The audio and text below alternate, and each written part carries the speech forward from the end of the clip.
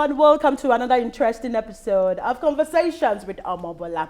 And today we have some interesting topic to discuss, to gist about, and to learn from. I have with me the one and only Omolade Olufowomu to discuss this topic with. Welcome! Thank you. To the show. Thank you for having me here today. Really, do you know what I did to bring Omolade Olufowomu to this platform? If you know what I did. I want to know what you did. All right. So, wherever you are, sit back, relax, because we're going to touch some topics and some particular topical issues about women today. Yes, feminism today, really. I was actually discussing with my husband and I asked him, what really is feminism? Really, let's start from there. So, Omolade, what is the meaning of feminism?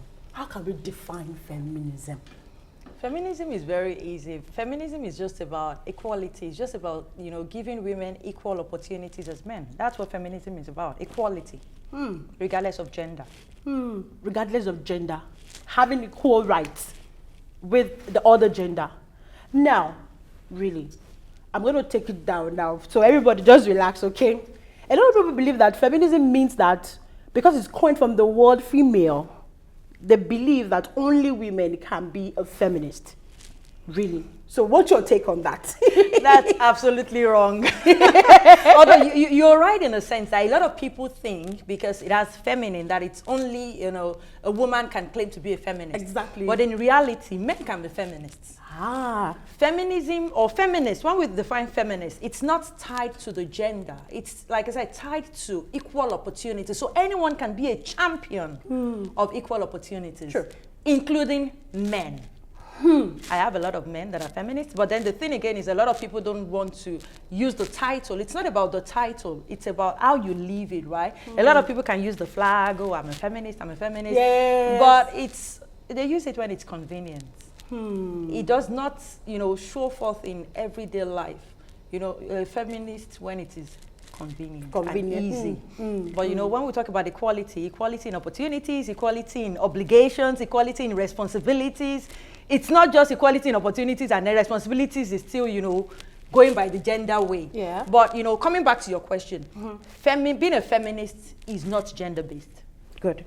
We have male feminists, female feminists. Now, feminism, because right now, I need to bring it back to what is happening nowadays. A lot of people believe that, okay, we should have equal rights and equal opportunities to things, to everything. Now, does it affect us personally? Now, let's bring it home to our marriages. A lot of people bring that kind of sense and that mentality into their homes that, okay, we should have equal rights, we should have equal opportunities, we should just be, or equality, we should have that in the home. So how do we handle that kind of scenario? That's a very good and interesting question. Many times when people talk about, feminism, equality, I believe more in equity than equality. Equity. Equity is also about everybody having access to the same opportunities and stuff, but that the opportunities and responsibilities meet them at the level at which they need it. Let me break it down. I have 2 kids. This is probably no longer applicable because now they are tall and the same height. But when they were, short and, the different heights, we are the place where we're probably watching, like some years ago, you go to Dubai Mall and then you have all this dancing fountain and stuff. One was taller than the other, but they both needed to see it. Equality would mean that we put them down. They are at the same spot. Watch it. But equity means that we carry the younger one so that she can see what her brother can see. They can both see the same thing, but because of her height and her age at that time, she needed a bit of a lifting to be able to see it at the same level. Bringing it back now to the family, when we talk about feminism, equality, and equity, I think what a lot of people miss is when they bring it home, they focus so much on, 50-50.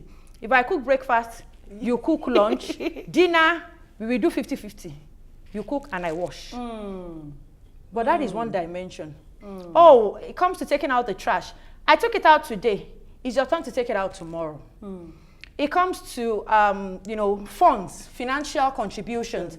It has to be 50-50. But let me tell you the reality. It doesn't work. It would not work. You heard? You're setting up yourself for hardship and failure if you focus so much on perfect line of equality. Why do I say this? There are times when you have to play to individual strengths, individual opportunities, individual inclinations, individual interests for the balance of the home. Right? Yeah. If my husband likes cooking more than me, and I like laundry more than him, we'll be frustrating each other if I say we have to cook the same and do laundry the same. Because the one I don't like would frustrate me. The one he doesn't like would frustrate him. True. So we balance it. Whether we say, oh, but cooking is several times a day, laundry is just a few times a week. It doesn't matter. True. But if that is what one person's strength is in, you have taken this chore. I don't have to now sit down and say, but I cook 3 times. You only do laundry like 1 time. No, you don't keep a score. And bringing it again into finances, when we talk about equality, and once again using my own preferred term, which is equity. If one person is earning higher, and we then say, oh, we have to contribute 50%, 50%. So let's use an analogy. You and I, maybe you're earning 10,000, and I'm earning 5,000, and then we have a bill that we have to pay. Our rent is probably about 6,000. So we say bring 3,000 each. I bring 3,000 from 5,000. I have a shorter cash flow for any other thing. Sure. But you have 7,000, free and clear. Please, that is equality, but it's not equitable. That's it. So for me, trying to bring the terms of feminism and stuff into the home, not even into marriages, into relationships, interactions with others, it's not always the best. It's important to know, to put it at the back of your mind that feminism is equality. No one is more important. No one is lesser. But then when you're talking about how to interact, how to relate, what we need to bring to the table, focus on equity. Equitable access to opportunities and responsibilities. Focus on equity. We'll be back. We'll go for a break. السلام عليكم مرحبا تابعونا Conversation with Omobola. Thank you so much. Welcome back. And this is the Conversations with Omobola. And we're discussing feminism with the one and only Omolade Olufowomu. All the way from, I'm not going to tell you. All right. Now, there's a question that was thrown at me, and I said, okay, I'm going to ask you on the show today. A lot of people believe that, now let's bring, this question is about roles in the workspace. Okay. Now, a lot of people believe that a particular role must be carried out or must be taken up by a particular gender. And to get a better result from the task, you will need a particular gender to execute it. Do you also believe in that? Also, what's your take on that, really? That's a very, very, very generic question, I have to say. Because let's start by saying that roles, tasks, skills are not gender-based. Anyone can skill up. Okay. Anyone can be trained. True. In different roles, True. in different tasks, in the ability to deliver in any assignment. I totally believe that. There is nothing that stops a woman or a man thriving in whatever career or whatever task they want to do in a place of work. Yes. And I'm totally against, people employing based on gender. Okay. Sometimes people say, oh, this is a lot more physical, so I need a man, or, this is customer facing, and then people will like women, so I want a woman to be customer facing so that she can attract people. True. We still see that happen. Yes. But the beauty of the generation we are in today is that is being slowly overtaken. Yes. Employment should not be based, or task assignment should not be based on gender, or what that person, the gender, can bring to the table. But having said that, let me balance it out. There is, when it comes to assigning sometimes within a team, where you have some certain tasks or deliverables to bring to the table. It sometimes plays a role in availability. Yeah. Because the reality, and this is something we all have to, focus on, the reality is a lot of times men are seen to be more available. A man would easily say, oh, I would work extra hours than a woman. That's the mentality. People assume that, a man doesn't need to think twice. Oh, do you need to work extra? Hey, I can do that. Yes. But then people will think that if I ask a woman, especially if she's married, she has a kid, that she would need to do all the permutations and the calculations. So sometimes they don't offer women that opportunity. True. Because people are already assuming that, permit me to use this Yoruba word, bukata po. That means that, there's a lot of responsibility. So sometimes they don't offer that to the women. True. But the reality is, and this is something I tell to my team, to people I work with, bring the offer. It is the responsibility of that person to decide how to balance their own, work and life commitments vis-a-vis what you expect them to deliver at work. We should stop making the assumptions that a woman cannot do this. Oh, because, she has to answer to this. Yes. Oh, a man can do this. But no. We need to stop. But it starts from the place of the mindset. And that's why I tell people that when you're thinking of a task or a role, think about what is the deliverable. When you think about the deliverables are not tied to gender. Yeah. Right? So when you think about the deliverable, then you think about who has the skills, to deliver this deliverable. Look at skills. Don't look at gender. And if you are not certain, throw it to the table. Let both the women and the men evaluate themselves and then make their commitment to say, can I do this? Can I not do this? And many times if they say they can't do it, it's not because of gender. It's just sometimes we're in different phases of life. I was in a phase of life where I needed to rush home from work because my kids were younger. I'm in a phase of life where I can work 12 hours now because there's no one chasing me. So it's not tied to being a woman. So I think that answers your question, that, ability to deliver on task or to work or to take on roles or to thrive in careers has nothing to do with gender. That doesn't mean there are sometimes not some unconscious bias or roadblocks that are set up for women, but that is a discussion for another day. Good. I'm going to ask a very tricky question right now. Still on feminism, really. Okay. The women, sometimes, now let's say that the world believes that because this is a man's world, they say that it's a man's world.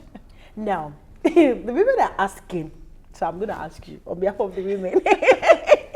The women are asking that when the men are permitted to have extramarital affair, it's a man's world. That they're free to do that. But we as women, as let's say married women in court, we can't do that.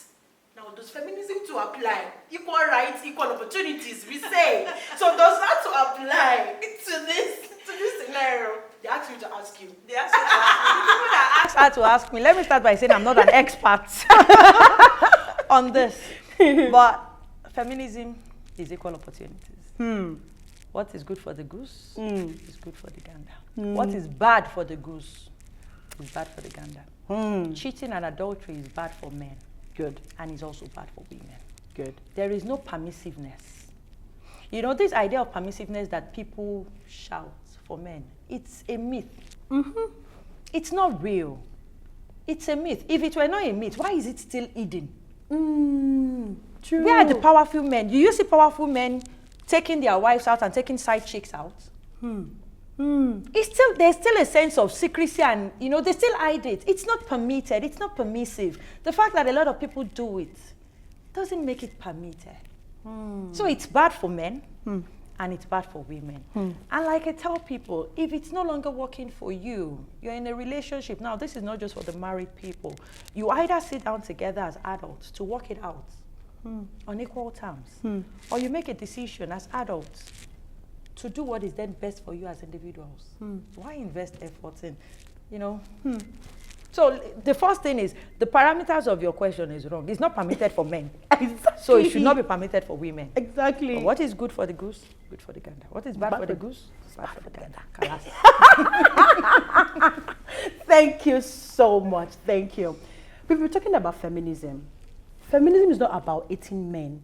It's not about saying that women are better than men, but it's just about us. It's about us believing that we should have equal rights and opportunities, and it shouldn't be gender-based. All right. So that's from us today. If you enjoyed this episode, why not subscribe to the YouTube channel, Conversations with Omobola? And if you have a question to ask Omolade Olufowomu, please send an email to conversationswithomo@gmail.com and we'll get back to you.